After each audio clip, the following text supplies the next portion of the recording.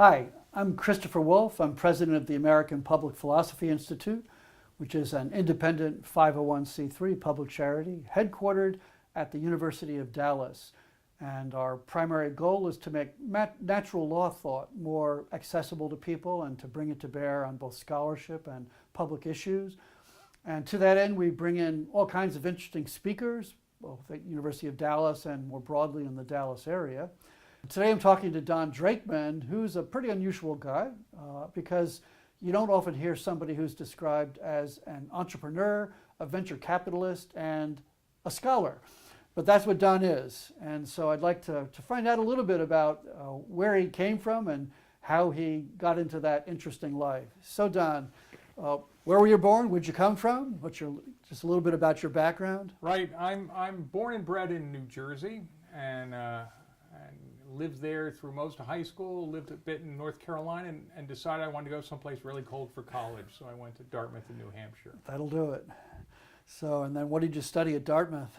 I was a religion major. I thought that would be the most interesting way to see such an important phenomenon in people's lives. And then from Dartmouth? I went off to get a PhD in religion. Decided that was far more interesting than it was likely to pay my mortgage, and left to go to law school. So I went on to Columbia Law School and started practicing law, and decided I missed the life of the mind. So I went back and finished my PhD, and then jumped into business of all things. And what led you to do that? I think what I found in my law practice, which is mostly dealing with businesses, is that business questions were really interesting, and writing up the contracts was not really interesting. And so I wanted to have a chance to understand the complexities of building a business. And I fortunately ended up working as a lawyer for a company that launched itself into biotechnology without knowing anything about it. When was this, roughly? This was in the middle 1980s when biotech was very young. Yeah. Just 10 years before they had unraveled the business of how to clone DNA and how to create monoclonal antibodies, the building blocks of what became the biotech industry.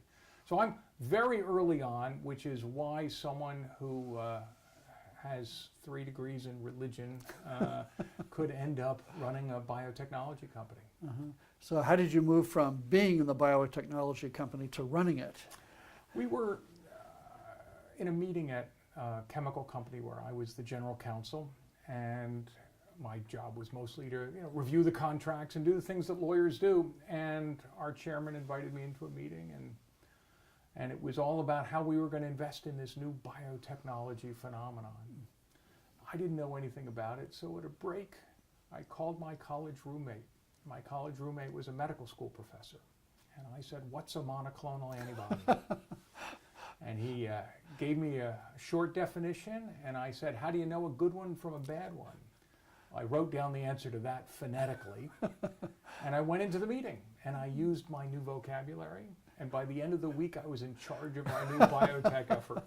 So I often say to people from the humanities who might want to get into doing other kinds of things is a lot of times it's an accident where you just are somewhere and something unbelievable pops up and you try to seize the moment when it's there. But partly that means that you have the background that makes you capable of seizing the moment, right? I think that's exactly right. And you have to be, if you're going into especially a new field, you have to know how to learn. And that's one of the advantages of having done a PhD in American religious history and become a lawyer, is I've done a lot of learning. And so I set out to learn about molecular biology as well.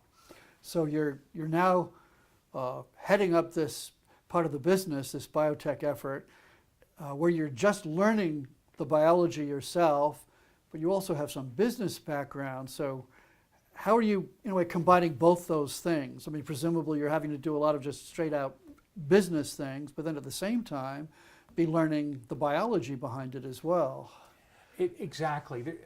And what we found out in the business was that there was never just a science question or just a business question. Could we afford to do this clinical trial with a new product? Well, you can't get that answer just from an accountant, and you can't get that answer just from a physician. You have to have the physician understand the costs and have the accountants understand the value of that trial to the future. So it was a terrific opportunity to keep learning as the field changed, and luckily, biotechnology discoveries advanced so rapidly that those of us who came in not knowing anything weren't at that much of a disadvantage to those who'd majored in biology, say 20 years before, when everything had changed. So I was able to do that, and then there is a common skill, whether you're running a college or running a biotech company or running anything else, it's asking for money. You have to be able to translate complex phenomena, whether it's complex philosophy or complex biotechnology, to people who are investing their time, their effort, and their money into the future. And that was one of the main goals I had, and one of the main things I did throughout my career was just go out there and be that person who was able to explain to a non-technical audience the value of the technology we had. So I guess that's another example of where the liberal arts background, gave you a kind of capacity, especially this capability of translating, perhaps general, scientific ideas into language that other ordinary, generally educated people could understand, really stood you in good stead. For some reason, it turns out that the more money people have to invest, the less specific knowledge they have. And so it's not unlike teaching a freshman class in a complex subject. You have to take something that people have been thinking about for 1,000 years and turn it into a vocabulary that 18-year-olds can grasp and see how it should be a part of their lives. So that was very much a contribution of the humanities. So how long did you work on that first company, and where'd you go from there? So I worked there for about 20 years, and we were able to take some products all the way through the laboratory testing and into human clinical trials, and some of those products are now actually being used to treat cancer patients today. So it was very exciting to have followed that.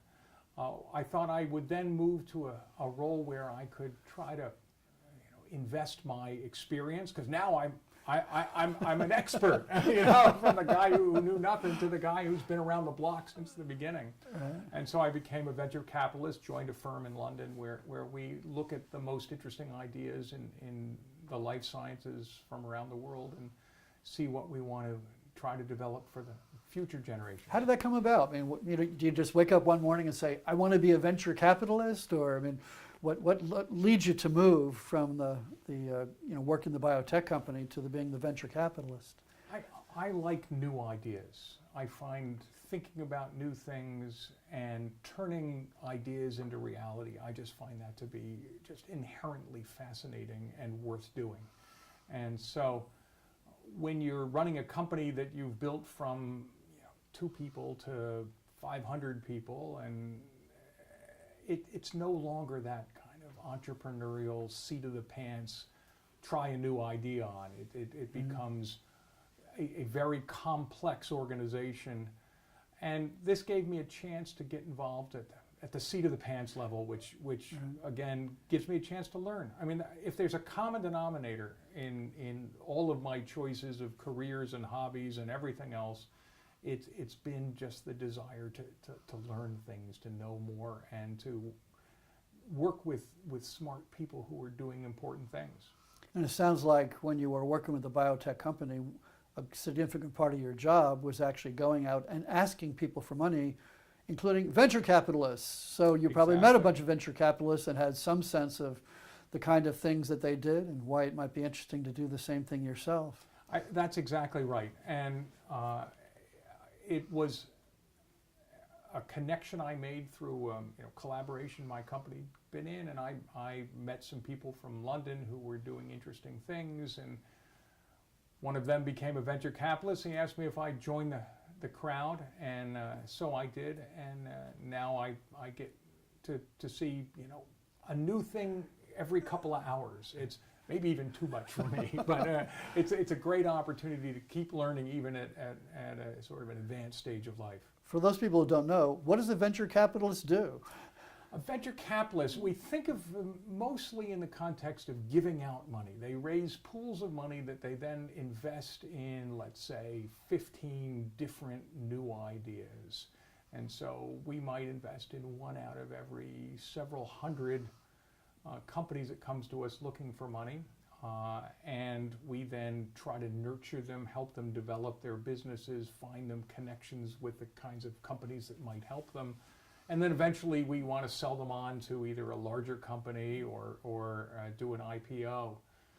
But interestingly, even venture capitalists have to raise money. We go and you know, any academics listening here, your university pension fund probably is invested in venture capital pools. So it's not what you might think of as just a bunch of you know, ex-successful people who are pooling their money. It's actually I'm in the money management business now, as it were, whereas I used to be in the scientific business, and that's quite a change. Yeah. So somewhere along the way, you developed this hobby on the side, which is kind of an unusual hobby. So how did that come about? So I was, as I said earlier, fascinated by the phenomenon of religion in American life and in life generally, and had gone to law school. And so you put those two together, an interest in church and state, religion and law questions became important. And as we all can see from the newspapers, those issues just never go away. They're constantly important in our courts, in our legislatures, and in the public mind. So while I was running this little company, I was teaching constitutional law with Robbie George, our mutual friend at Princeton. How did that come about? I'd done my PhD there, and many political science departments have more quantitatively oriented professors than they have professors interested in constitutional law and political theory. Robbie was so popular and drew so many students at Princeton in constitutional law and political theory, he needed people to help teach. And I signed on as one of them. Where'd you meet him? We met actually when he was the junior professor helping Walter Murphy, if you remember the great lion of constitutional studies, sure. The previous McCormick chair at Princeton University. He was teaching constitutional interpretation. Robbie was the junior professor, and there were a couple of us who were the TAs, or what they called them, preceptors at Princeton. And then Robbie succeeded to the McCormick chair, and a couple of times he went on sabbatical. Somebody had to teach the course, and I'd been around helping teach it for you know, a dozen years, so I got a chance to do that. And I, on the side, on airplanes and trains, would write scholarly books and articles because it was interesting, because I was learning something. And so I kept that up, and now that I am partially retired from the biotech business, I spend much more of my time writing books and articles about the Constitution and religion and their intersection. Yeah, so when you think about teaching, you know, is that something that really is an important part of your life? Is that something you really enjoy a lot, or is it the scholarship that's more interesting, or some combination of both? I think it has to be a combination for me. I've always loved teaching and have had, you know, great students at Princeton and now at Notre Dame, where getting a chance to bounce ideas off people who are figuring things out for the first time is really interesting. But also, I mean, the deep dive into the life of the mind has become more and more interesting to me through my career. And I now spend a lot of time, it looks like the homework I didn't want to do when I was a kid. But I'm now, you know, reading and writing and doing footnotes and rewriting and just kind of thinking deeply about things, and then getting a chance every now and then to come to great places like the University of Dallas and talk about them. You know, constitutional law is just a great area to teach in, it seems to me. I've always thought one reason I'm in the area is because it seems to somehow be at the border of, you know, very practical, immediate questions that shape our society today, and the long-term big questions of political philosophy that are perennial questions that we always need to confront. And to be able to be there in a subject matter that involves both those really big questions and the very practical questions just seems ideal to me. It seems that way to me too. And as much as I love to see the commercials on TV advertising the new cancer drugs that I helped develop, you know, one of the high points of either of my careers was helping teach a class at Notre Dame Law School where Justice Thomas was co-teaching with our mutual friend Rick Garnett, and we're discussing a point of religious history and constitutional law from 200 years ago, and I start to say something and I get cut off by other discussion, and Justice Thomas stops the discussion and says, "I want to hear what Professor Drakeman has to say on this issue." Well, that feels that's pretty a nice good. moment. Yes. So Yeah. I've had just a wonderful opportunity to be very much on the front lines of combining, you know, theory and practice in both the biotech world and the constitutional law world. And as you say, that's where the action is. Yeah. Although your most recent book isn't quite so, you know, simply set in constitutional law, so it sounds like you're branching out a bit as well. We went through a period about 10 years ago when the economy was lousy that everybody says, oh, the humanities are just kind of old hat. Who needs them in a high-tech world? And I had realized in my high-tech career that the humanities were really important in some very, you know, kind of critical ways for both the biotech industry and for constitutional law. And so I thought that I would join the humanities scholars saying, hey, we're important, to say, hey, they're important. You know, I'm an entrepreneur. I really believe in the high-tech world, but I believe that the high-tech world needs the humanities far more than it thinks. And so that's why I wrote the book. Yeah, well, tell us a little bit about the book.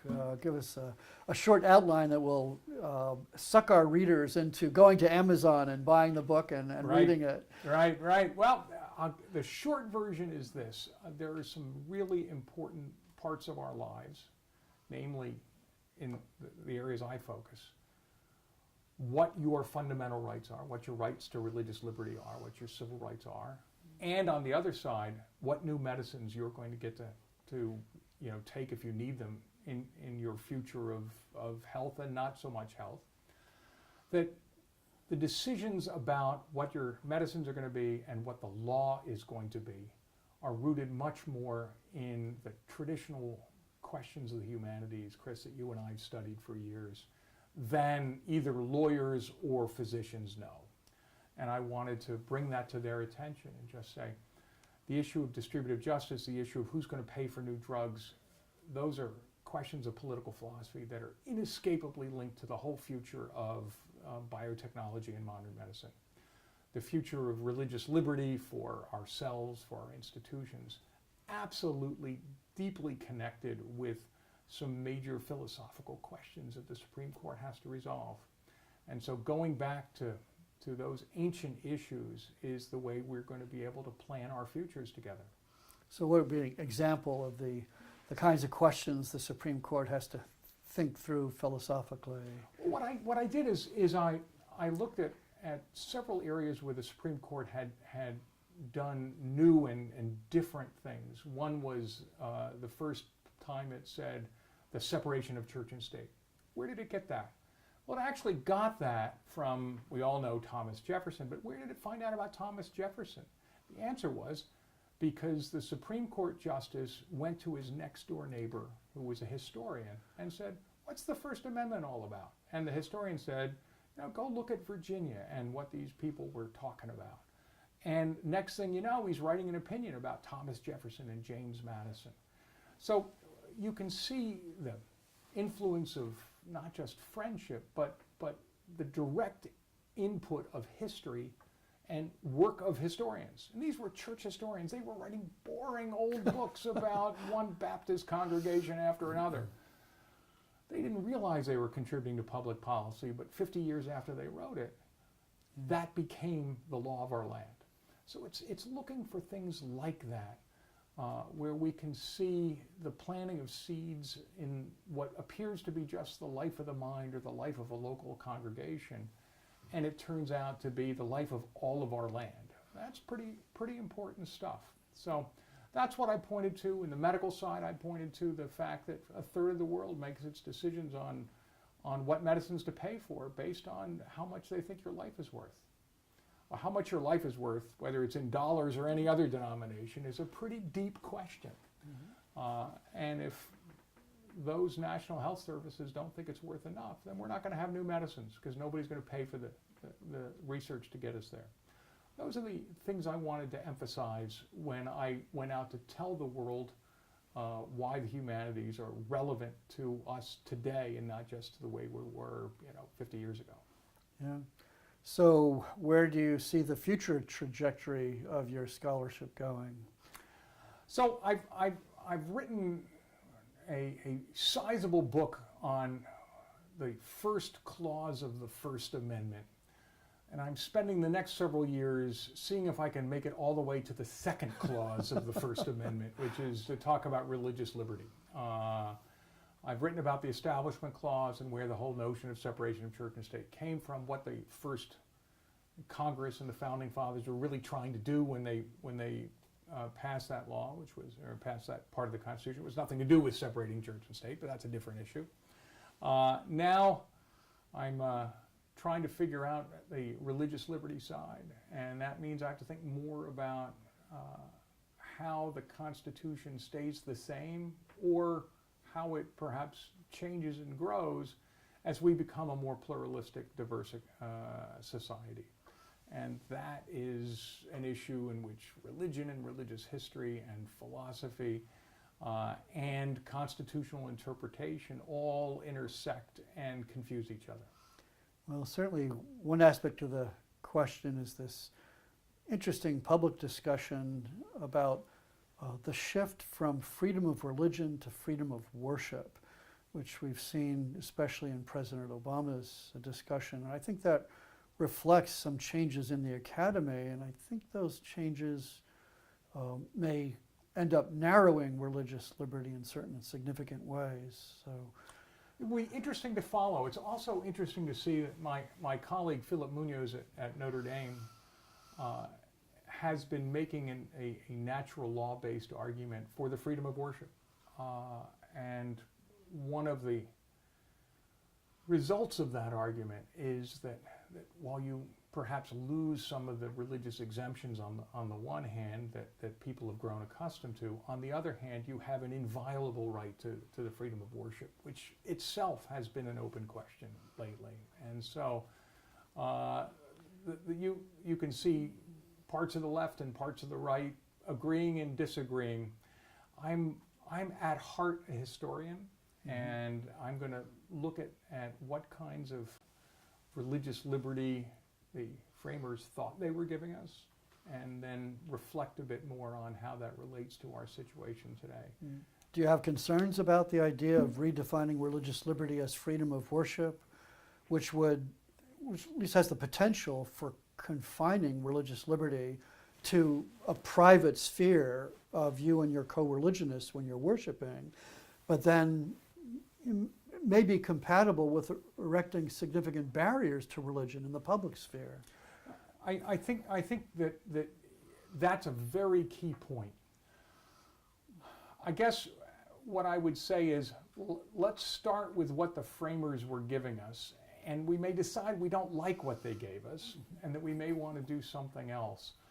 On the one hand, is religious freedom just a function of your own kind of personal preferences? Well, I think many of us think it's far more than just another personal preference. And so how does that get treated? Interesting question. Historically, there were two components of religious freedom that we in the pure life of the mind don't think as much about as we could. One component is the notion of just old-fashioned political negotiating. So the Baptists and Presbyterians, who were often on the wrong end of discrimination from established Congregationalists in the North or Episcopalians in the South. When the colonial army said, "We want you to join our army," they said, "We'd like some more religious freedom. And if you give it to us, we'll join your army." Well, I think ideas have consequences, but so do actions. And that was one action. Another thing that we've really, I think, struggled to come to terms with, and that is that religious freedom used to be most available by going where people weren't hassling you for being religious in the way that you believed is important. From the first settlers in the United States through to many of the groups in the 19th century, there was always a chance to move west and find freedom, not because somebody intellectually believed that there's more freedom in the West, but because, in fact, nobody else was around to tell you you couldn't be the way you wanted to be. And we're sort of full now. I mean, there's not much of a frontier left. Mm-hmm. And we've decided to solve these problems on a national basis and not on a local basis. So you can't go to a community where you want things structured differently. And those put pressures on religious freedom that didn't exist in the 1780s when the framers were thinking about it. And we need to mull over how those national solutions and how the lack of the frontier as a way to kind of let steam off the pressure pot of religious differences. We have to figure that out for ourselves. Well, I hope this is not getting too inside baseball for our listeners, but I have some thoughts I'd like to throw out for you to comment on. I think it's clear that the founders had a broad view of religious liberty, and yet all of us recognize that there had to be limitations on religiously motivated action. Most obvious example is human sacrifice. Mm-hmm. Just because somebody has very sincere religious beliefs about human sacrifice doesn't mean they can do it. So there had to be restrictions. And I think the original understanding of the First Amendment was probably that government could not interfere with your religious belief. They could not interfere with your religious practice on religious grounds, because I don't think that's good religion. But then if government passed an ordinary secular law that had a secular, not a religious purpose, and it had an incidental effect of limiting people's actions based on their religious beliefs, well, that was a right that the legislature had. They could do that. And then if there are minority religions especially who think they're being unfairly limited that way, they can ask for an exemption from the legislature, and the legislature will make the judgment about whether society can afford to do that. So I think that's the original understanding, at least.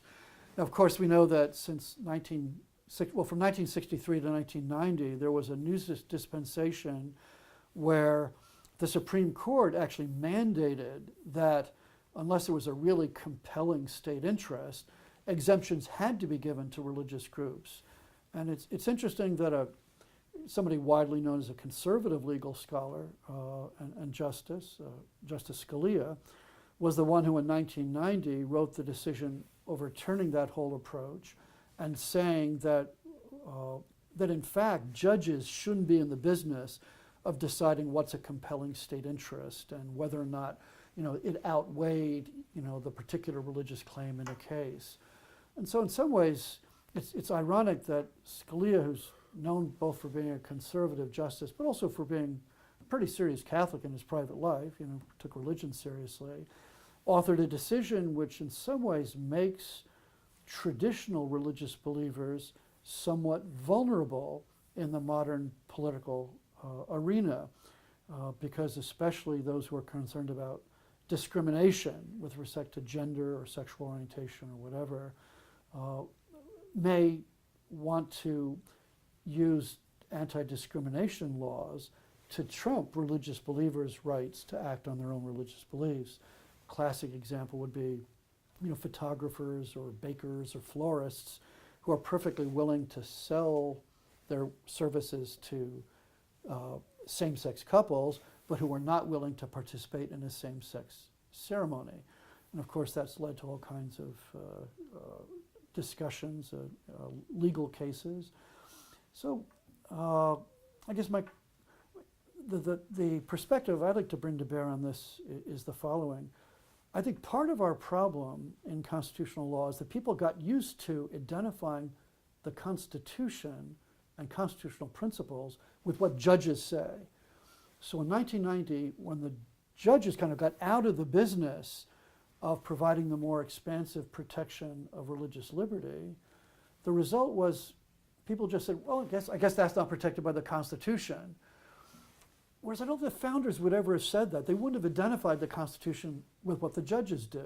They would have said, well, we as legislators have to pay attention to the Constitution as well, so that even if judges can't impose exemptions, we as legislators ought to try to work out some kind of amicable arrangement where we achieve public legislative purposes, but don't, in effect, seek out religious minorities to persecute them.